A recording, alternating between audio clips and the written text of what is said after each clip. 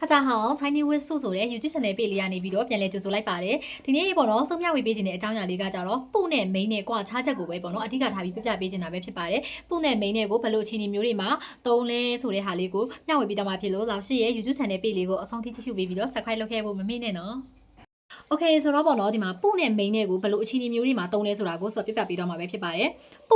ပုကိုကြတော့ဘယ်လိုမျိုးမှာသုံးလဲဆိုရင်ကျွန်တော်ကမြန်မာလိုမျိုးပဲပြောမယ်ဆိုလို့ရှိရင်တော့ပုကညင်းတာပဲပေါ့နော်မလုံဘူးမဖြစ်ဘူးအဲ့မျိုးပေါ့နော်မစားဘူးအဲ့လိုမျိုးညင်းတာနဲ့တူတူပဲဟုတ်ပါတယ်မှန်ပါတယ်ပုရဲ့အထိပ္ပယ်ကအဲ့လိုမျိုးအထိပ္ပယ်ပါဒါပေမဲ့ main ကလည်းအထိပ္ပယ်ကအဲ့လိုမျိုးပဲနော်မဖြစ်ဘူးမလုံဘူးမစားဘူးဆိုတဲ့အထိပ္ပယ်ပဲဒါပေမဲ့သူတို့နှစ်ခုရဲ့ကွဲပြားချက်ကတူတယ်လို့ထင်ရပေမဲ့ပေါ့နော်တကယ်ကွဲပြားခြားနားချက်ကအရင်ကြီးပါတယ်ဆိုတော့လိုက်ကြည့်လိုက်ရအောင်ပုကကြတော့ဘယ်လိုအခြေအနေမျိုးမှာသုံးလဲဆိုလို့ရှိရင်မလုံဘူးမဖြစ်ဘူးနောက်တစ်ခုကအနာဂတ်နောက်တစ်ခုအလေးအကျင့်ဖြစ်တဲ့နေရာတွေမှာဆိုလို့ရှိရင်ပုကိုသုံးပါတယ် main ကိုကြတော့ okay ဘယ်လိုနေရာမျိုးတွေမှာသုံးလဲဆိုလို့ရှိရင်မလုံရသေးတဲ့အရာတွေမဖြစ်သေးတဲ့အရာတွေနောက်တစ်ခုကကြတော့အတိတ်ပေါ့နော်မပြီးဆုံးသေးတဲ့အရာတွေမှာဆိုလို့ရှိရင် main ကိုသုံးပါတယ်ဒါဆိုလို့ရှိရင်ဆိုဥပမာလေးနဲ့ပြပြပေးမယ်နော်ပုကိုဘယ်လိုနေရာမျိုးမှာသုံးလဲဆိုလို့ရှိရင်အလေးအကျင့်အနေနဲ့ဆိုလို့ရှိရင်ကြတော့ငါအဆက်မစားဘူးငါအဆက်မစားဘူးဆိုလို့ရှိရင်ဘယ်လိုပြောမလဲဆိုလို့ရှိရင်我不吃辣我不吃辣ငါအဆက်မစားဘူးဝေါ်ဆိုတော့ငါပေါ့နော်ပူချကကြတော့မစားဘူးလကကြတော့အဆက်ကိုပြောချင်တာပေါ့နော်ဆိုတော့我不吃辣ဆိုလို့ရှိရင် तू ကငါအဆက်မစားဘူးလို့ပြောချင်တာပါနောက်တစ်ခုကကြတော့ငါဒီနေ့အလုပ်မသွားဘူးငါဒီနေ့အလုပ်မသွားဘူးဆိုလို့ရှိရင်ကြတော့ဒါကဆုံးဖြတ်တဲ့နေရာအဲ့လိုမျိုးမှာတုံးနေဆိုတော့ဒါကြောင့်ငါအလုပ်မသွားဘူးဆိုလို့ရှိရင်今天我不去上班今天我不去上班ငါဒီနေ့အလုပ်မသွားဘူး今天ကကြတော့ဒီနေ့我不去ကကြတော့ငါမသွားဘူး上班ကကြတော့သူရုံတက်တယ်အလုပ်တက်တယ်ကိုပြောချင်တာပေါ့နော်今天我不去上班ဆိုလို့ရှိရင်ငါဒီနေ့အလုပ်မသွားဘူး okay နောက်တစ်ခုကကြတော့ငါဒီနေ့ကြောင်းမသွားဘူး今天我不去学校今天我不去学校ဒီနေ့ငါကြောင်းမသွားဘူး今天ကကြတော့ဒီနေ့我不去ကကြတော့ငါမသွားဘူး学校ကကြတော့ကျောင်းကိုပြောချင်တာပေါ့နော်ဆိုတော့ငါဒီနေ့ကျောင်းမသွားဘူးဆိုလို့ရှိရင်今天我不去学校ဒါကကြတော့ तू မလုပ်ဘူးမဖြစ်ဘူးအဲ့လိုမျိုးပေါ့နော်အလေးအကျင့်နေမှာဆိုလို့ရှိရင်ပုကိုသုံးနေပေါ့နော်Okay main ကိုကြတော့ပေါ့နော်မလုံရသေးဘူးမဖြစ်သေးဘူးအဲ့လိုမျိုးပေါ့နော်မပြီးဆုံးသေးတဲ့အရာတွေမှာသုံးတယ်ဥပမာဆိုလို့ရှိရင်ငါထမင်းမစားရသေးဘူးဆိုလို့ရှိရင်我没吃饭我没吃饭ငါထမင်းမစားရသေးဘူးဝေါ်ဆိုတာကငါကိုပြောတာမင်း吃ကကြတော့မစားရသေးဘူး吃ကကြတော့စားသည်မင်း吃ဆိုမစားရသေးဘူး饭ကကြတော့ထမင်းမီ饭ကနေလာတာပေါ့နော်ဆိုတော့我没吃饭ဆိုလို့ရှိရင်ငါထမင်းမစားရသေးဘူးအဲ့လိုမျိုးဆိုလိုပါတယ်နောက်တစ်ခုငါတရုတ်ကိုမသွားဘူးသေးဘူးတရုတ်ကိုမသွားဘူးလေဆိုဘယ်လိုပြောလဲဆိုလို့ရှိရင်我没去过中国我没去过中国我没去过中国လို့သုံးပါတယ်ဝေါ်ကကြတော့ငါ没去过没去过ကော့ကကြတော့မသွားဘူးလေးတာကိုပြောချင်တာပေါ့နော်中国ကကြတော့တရုတ်ကိုပြောချင်တာပေါ့နော်ဆိုတော့我没去过中国ဆိုလို့ရှိရင်ငါတရုတ်ကိုမသွားဘူးသေးဘူးဆိုပြီးတော့ဆိုလိုပါတယ်နောက်တစ်ခုပြောမယ်ဆိုလို့ရှိရင်我没有男朋友我没有男朋友သူ့ရဲ့အဓိပ္ပာယ်ကတော့我没有ကကြတော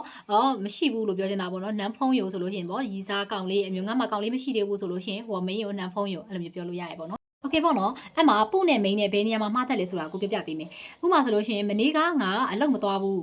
းမနေ့ကငါအလုပ်မသွားဘူးဒီနေ့ငါအလုပ်မသွားဘူးအဲ့ဒါကိုပြပြပေးမယ်ဒီနေ့ငါအလုပ်မသွားဘူးဆိုလို့ရှိရင်ဘယ်လိုပြောလဲဆိုလို့ရှိရင်今天我不去上班ဒီနေ့ငါအလုပ်မသွားဘူးအဲ့ဒီမှာပုကိုသုံးသွားတယ်ပေါ့နော်今天ဒီနေ့不去မသွားဘူး上班ငါဒီနေ့အလုပ်မသွားဘူးโอเคကောင်းပြီငါမနေ့ကအလုပ်မသွားဘူးအဲ့ဒါကိုဘယ်လိုပြောမလဲဆိုလို့ရှိရင်昨天我没去上班昨天我没去上班လို့သုံးရပါမယ်เนาะ昨天မနေ့က我没去ငါမသွားဘူး上班ရုံးတက်မသွားဘူးလို့ပြောရပါမယ်ကိုကပေါ့နော်မှားပြီးတော့昨天我不去上班လို့သွားသုံးလို့မရပါဘူးเนาะ昨天我没去上班လို့သုံးမှာအမှန်ပါတကယ်လို့ကိုကသွားပြီးတော့昨天我不去上班ဆိုရင်မှားပါတယ်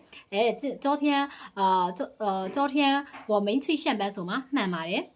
်အဲ့လိုလဲဆိုတော့နားလည်မယ်လို့ထင်ပါတယ်ပေါ့နော်ပုနဲ့ main နဲ့ကွာခြားချက်ပေါ့နော်အဲ့ဒါကပုကကြတော့အနာဂတ်ပေါ့နော်မျိုးအလေးအကျင့်တွေမှာသုံးတယ်ဒီမှာဆိုအတိတ်ဆိုလို့ရှိရင်ပြီးဆုံးသွားပြီဆိုတာအတိတ်ကိုပြောချင်တာပေါ့နော်မနေ့ကငါအလုပ်မသွားဘူးဆိုတာဒါမနေ့ကဆိုတာအတိတ်ပေါ့နော်ဒါကြောင့်အတိတ်ဖြစ်တဲ့အတွက်ပုနဲ့တွဲသုံးလို့မရပါဘူး main နဲ့သုံးရမှာပဲဖြစ်ပါတယ်ဆိုတော့ငါမနေ့ကအလုပ်မသွားဘူးဆိုလို့ရှိရင်ဘယ်လိုသုံးရမလဲဆိုလို့ရှိရင်昨天我们去上班လို့သုံးရပါမယ်昨天我不去上班ဆိုလို့ရှိရင်မှားပါတယ်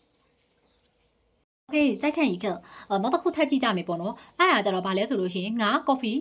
ငါ coffee မလိုချင်ဘူးငါ coffee မလိုချင်ဘူးဆိုလို့ရှိရင်ထားပါတော့ငါ coffee မတောက်ချင်ဘူးအဲ့လိုမျိုးပဲပြောမယ်ပေါ့နော်ဒါဆိုလို့ရှိရင်ဘယ်လိုမျိုးပြောလို့ရမလဲဆိုလို့ရှိရင်老师တို့က我不要咖啡ငါ coffee မလိုချင်ဘူး我不要咖啡ငါ coffee မလိုချင်ဘူးအဲ့ဒီမှာဆိုလို့ရှိရင်我ကကြတော့ငါကိုပြောချင်တာပေါ့နော်ပူရောက်ကကြတော့မလိုချင်ဘူး咖啡ကကြတော့ coffee ကိုပြောချင်တာပေါ့နော်ဆိုတော့ငါ coffee မလိုချင်ဘူးဆိုလို့ရှိရင်我不要咖啡အဲ့ဒီခါမှာဆိုလို့ရှိရင်ကိုကသွားပြီးတော့我没有咖啡ဆိုလို့ရှိရင်မှားပါတယ်我不要咖啡ဆိုမှအမှန်ပါ โอเคကြိုက်လိုက်ခံယူခဲ့နောက်တစ်ခုပေါ့နော်နောက်တစ်ခုဆိုလို့ရှိရင်လေဒါအမြဲတမ်းမှားတတ်တဲ့ပေါ့နော်အခုဟိုအတုံးလုံးလေးတစ်ခုပေါ့နော်ငါထမင်းမစားဘူးငါထမင်းမစားချင်ဘူးဆိုလို့ရှိရင်ငါတို့ဘယ်လိုမျိုးသုံးလဲဆိုလို့ရှိရင်ဟိုဘူးချက်ဖတ်ငါထမင်းမစားဘူးငါထမင်းမစားချင်ဘူးအဲ့ဒါကကြတော့အလေးအထတွေပေါ့နော်အကျင့်နေမှာဆိုလို့ရှိရင်ငါထမင်းမစားချင်ဘူးဘိုင်းမစားဘူးအဲ့လိုမျိုးဆိုလို့ရှိရင်ဟိုဘူးချက်ဖတ်နဲ့သုံးတယ်ပေါ့နော်โอเคကောင်းပြီငါတို့ကငါထမင်းမစားရသေးဘူးငါထမင်းမစားရသေးဘူးဆိုလို့ရှိရင်ဘယ်လိုသုံးလဲဆိုလို့ရှိရင်我们吃饭လို့သုံးရပါမယ်我们吃饭ငါထမင်းမစားရသေးဘူး我们吃饭နဲ့သုံးပါတယ်ကိုကအိမ်မှာသွားပြီးတော့我不吃饭လို့သွားသုံးလို့မရပါဘူးလက်ရှိမှာပေါ့နော်ကိုမစားချင်ဘူးအလေးအထမှာသုံးတဲ့ခါမှာဆိုလို့ရှိရင်တော့我不吃饭လို့သုံးလို့ရပါတယ်ဒါပေမဲ့ပေါ့နော်မဖြစ်သေးဘူးဆိုတဲ့အရာကိုသုံးမယ်ဆိုလို့ရှိရင်တော့我们吃饭နဲ့သုံးရပါမယ်